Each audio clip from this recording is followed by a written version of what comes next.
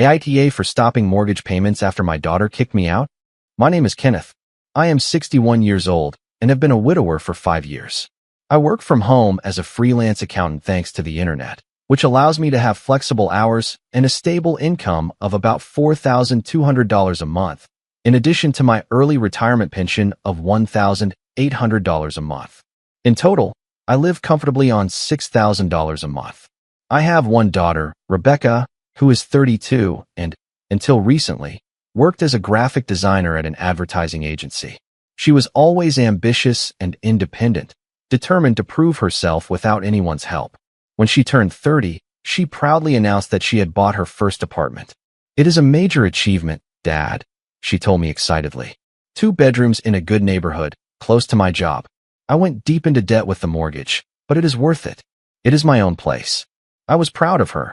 The apartment cost $250,000, and she had made a $75,000 down payment that she had saved for years.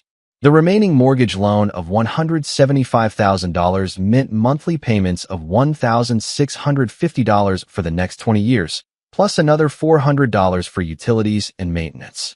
In total, she needed $2,050 a month just to keep that apartment, and her monthly salary of $3,800 barely left her any breathing room after covering those basic expenses. But it was her dream, and she was determined to make it work. For the first year, she managed. She lived on a tight budget but was proud, visiting me occasionally for family dinners but maintaining her independence. Then the economic recession hit. Companies began laying off staff. The advertising agency where Rebecca worked was hit hard. They lost several major clients and had to let go of 40% of their staff. Rebecca was part of that 40%. Overnight, she found herself unemployed with a $1,650 monthly mortgage, $400 in utilities, and savings that would barely cover 2 months of expenses if she was lucky. She called me one night, crying, "Dad, I do not know what to do. Without a job, I cannot pay the mortgage. I am going to lose my apartment. Everything I have worked for years is going to be gone. The bank will foreclose if I do not pay. Have you had any interviews?" I asked, concerned. "I have sent out hundreds of resumes," she sobbed. "Nobody is hiring. The industry is at a standstill. Dad, I am so scared. I do not want to lose my home." My fatherly heart could not bear her anguish. "What do you need? Could you move in with me?" she asked hesitantly. "Just temporarily. If we shared expenses, if you could help with the mortgage while I look for a job, I could save the apartment. I swear it is temporary, just until I find something." I hesitated. After 5 years of living alone, I had found a comfortable routine in my small rented apartment. I had my space, my things, my peace. But she was my daughter, my only daughter. How could I say no? "Okay," I finally said. "I will move in with you. I will pay the mortgage and the utilities while you look for a job."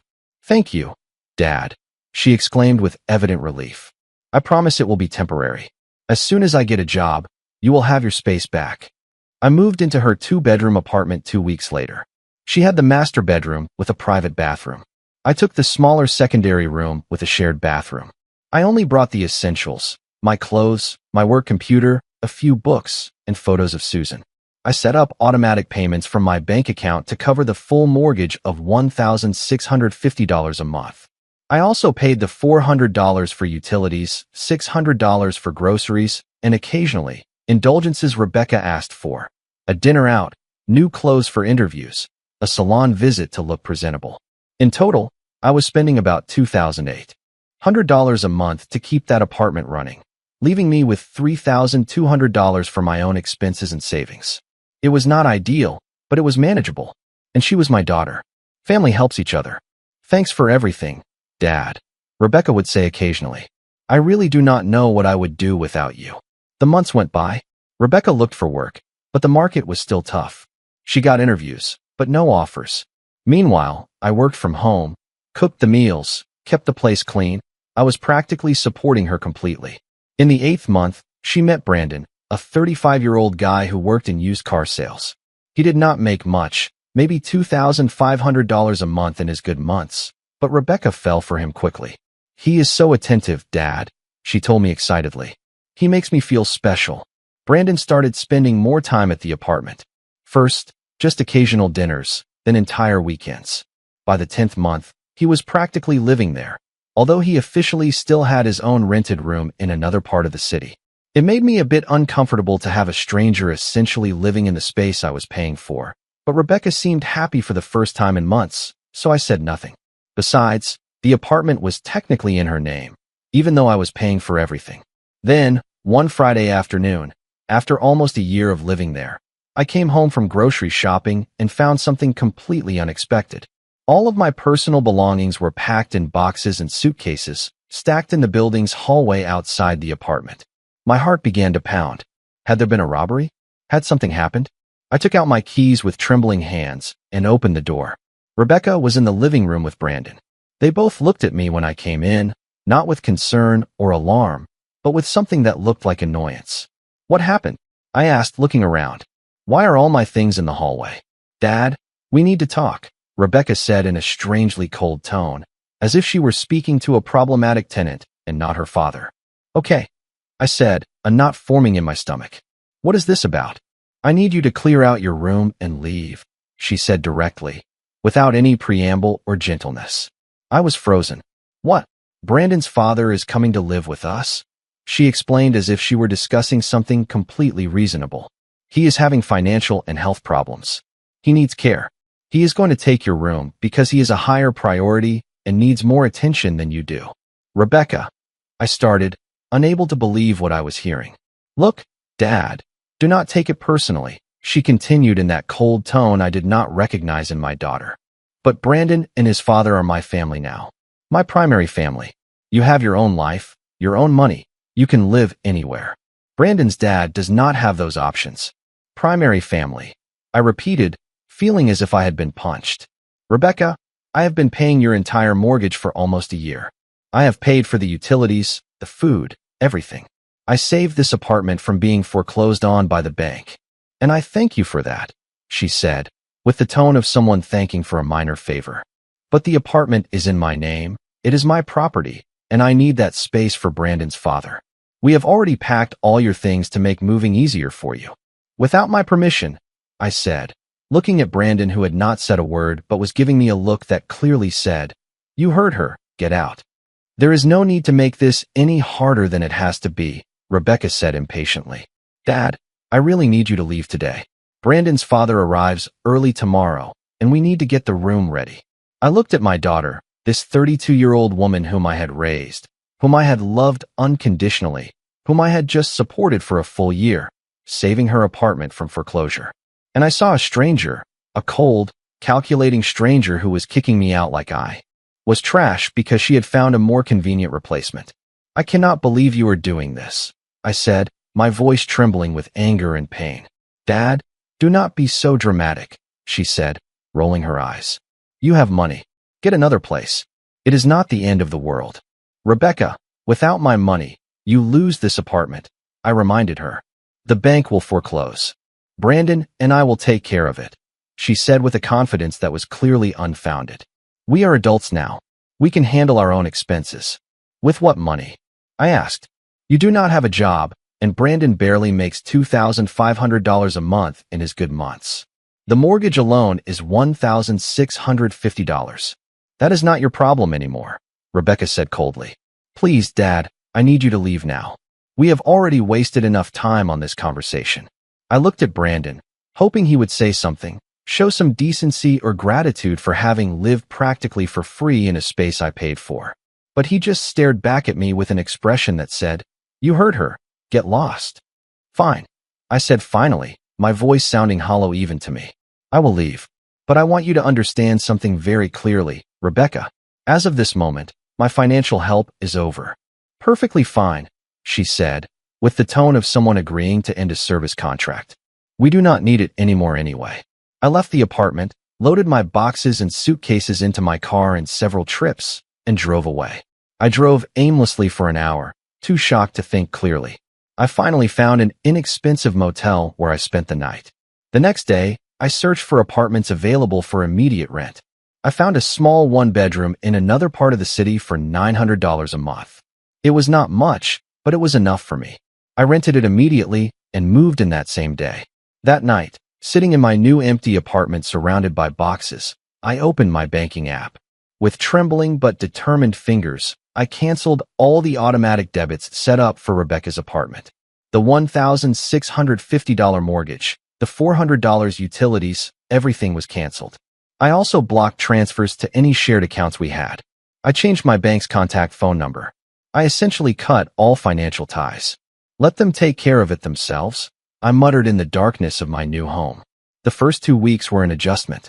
Unpacking, organizing my new space, getting used to living alone again. Rebecca did not call me once, not to see if I was okay, not to apologize. Nothing. Complete silence. Then, 2 months after she kicked me out, my phone rang at 10 o'clock at night. It was Rebecca. I debated whether to answer, but curiosity won. Hello, I answered in a neutral voice. Dad. Her voice was almost a shout. We have a huge problem. The bank sent a notice of default. It says we have not paid the mortgage in 2 months, and we have 10 days to get current, or they will start foreclosure proceedings. I see, I said without emotion. You see, she repeated hysterically. Dad, this is serious. We could lose the apartment. I need you to reactivate the payments immediately. No, I said simply. There was silence on the other end. What did you say? I said no. I repeated clearly. I am not reactivating the payments. But Dad, she yelled. It is an emergency. They are going to take our apartment. Rebecca, you told me that you and Brandon would take care of it. I reminded her. That you were adults who could handle your own expenses. So handle this. We do not have the money, she finally admitted. Brandon is barely earning anything, and his dad contributes nothing. Besides, the utilities are cut off because we did not pay those either. There is no electricity or water. Too bad, I said without sympathy. Too bad, she repeated, incredulous. Dad, you are my father. You cannot just leave me like this. You left me, I reminded her. You threw me out like I was trash to give my room to your father-in-law. My father-in-law is angry, Rebecca sobbed. Now he says this is humiliating, that he cannot live without basic utilities, that we are a couple of failures. Then he can leave, I said without compassion, just like I left. The difference is, I was paying for everything and got kicked out. He pays for nothing and complains. Dad, please, she begged. Just reactivate the payments. Just temporarily. I will pay you back for everything when I get a job, I promise. No, I said firmly. Rebecca, you kicked me out of a place I was financially supporting. You treated me like an annoying tenant and not your father who had saved you from losing your apartment. And you did it without remorse, without gratitude, without even the decency to give me advance notice. I made a mistake, she started. It was not a mistake, I interrupted her. It was a deliberate, cruel decision. And now you are facing the consequences of that decision. I will not put another single cent into that apartment. You and Brandon, your primary family, can solve it. You cannot do this, she screamed. I can and I am, I said. Goodbye, Rebecca. And I hung up. I blocked her number immediately. The following weeks were quiet. I kept working, fixing up my new apartment, enjoying my recovered independence. I changed my phone number so Rebecca could not contact me from other phones. But after a month and a half, she managed to find me. She showed up at my door on a Saturday afternoon. She looked terrible. Eyes swollen from crying, wrinkled clothes, unwashed hair. How did you find me? I asked, not inviting her in. I asked my Aunt Diane, she admitted. Dad, please, I need to talk to you. You have 5 minutes, I said, crossing my arms. Brandon left me, she blurted out immediately. He said he could not handle the financial pressure, that I was a financial disaster, that my lack of a job and the accumulated debts were dragging him down. He left 2 weeks ago. I see, I said, showing no emotion, though inside I felt a small satisfaction. And his dad left too, she continued. That same week. He said I was an ungrateful failure who had ruined his son's life with my problems. He insulted me horribly before he left. What a shame, I said, without sincerity. The bank sent the second notice, she said in a broken voice. I have 2 weeks to pay all the past due months, or they will foreclose and evict me. Dad, please, please, come back, start paying for everything again. I promise it will be different this time. I will value you. I will not. No, I said simply. Dad. She fell to her knees, crying dramatically. Please, I am going to lose my apartment. Everything I worked for. Please do not let that happen. Rebecca, get up, I said in a firm tone. I am not changing my mind. I will no longer be the fool you use when it is convenient and discard when you are done. You are not a fool, she sobbed. You are my father. Fathers are supposed to help their children. Fathers help children who respect and value them. I corrected. You kicked me out without remorse. You replaced me with a father-in-law who contributed nothing. And now that everything has gone wrong, you come crawling back, expecting me to save you again. That is not going to happen. Then what am I supposed to do? She asked desperately. Get a job, I said. Any job. Sell the apartment before the bank forecloses and at least recover something. Accept the consequences of your decisions. There is no time to sell, she said. And nobody is hiring. There are jobs, I said. Maybe not in your field, maybe not with your ideal salary, but there are jobs. Restaurants, stores, warehouses, they are all hiring. But you have been too busy waiting for the perfect job instead of accepting what is available. Those jobs are beneath my level, she protested. Your level? I repeated with a bitter laugh. Rebecca, you have been unemployed for almost a year. You do not have a level. You have debts, and you are 2 weeks away from being evicted. Get off your high horse and face reality. Dad, please, she tried one last time. No, I said with absolute finality. Now leave, and do not come looking for me again. I am not part of your life anymore, remember? You chose your primary family over me. Now live with that choice. I closed the door in her face. I heard her crying on the other side for several minutes before she finally left. 6 weeks later, I found out what had happened. The bank had foreclosed on the mortgage after Rebecca failed to pay the past due months. They auctioned off the apartment to recover the debt. Rebecca was formally evicted with the help of the police. The apartment sold at auction for $200,000, less than what Rebecca had originally paid.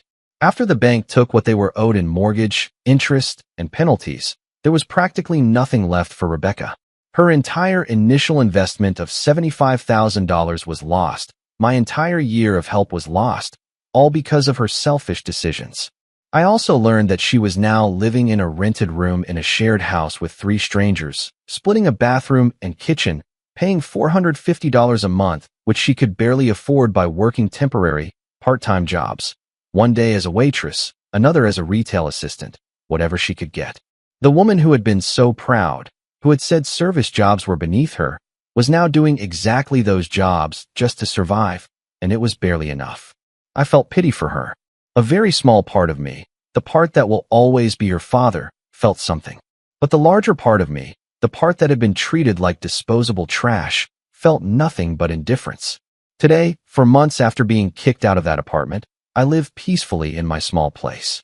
It is modest, just a 1-bedroom, but it is mine in the sense that it is my space, not a favor someone can take away when it suits them. I work my hours as a freelance accountant. I collect my pension. I live comfortably within my means. I cook for myself. I read in the afternoons. I watch movies on the weekends. It is a simple, quiet, drama-free life. And for the first time since I moved in with Rebecca almost 2 years ago, I feel peace. A peace I did not know I had lost until I got it back. I miss my daughter. I miss the little girl she was, the one who would hug me and say, I love you, Dad. But that girl grew into a woman who used and discarded me without remorse. And I do not miss that woman at all. I have learned something painful but necessary. You can love your child unconditionally and still need to protect yourself from them. You can want to help and still recognize when that help is being abused. You can be a father and still set boundaries when you are treated with cruelty. I am free now. Free from the burden of supporting a capable adult who should be standing on her own 2 feet. Free from the emotional manipulation of, but we are family. Free from being treated as a resource instead of a father. My small apartment is my sanctuary. My independence is my treasure. My reclaimed dignity is my victory.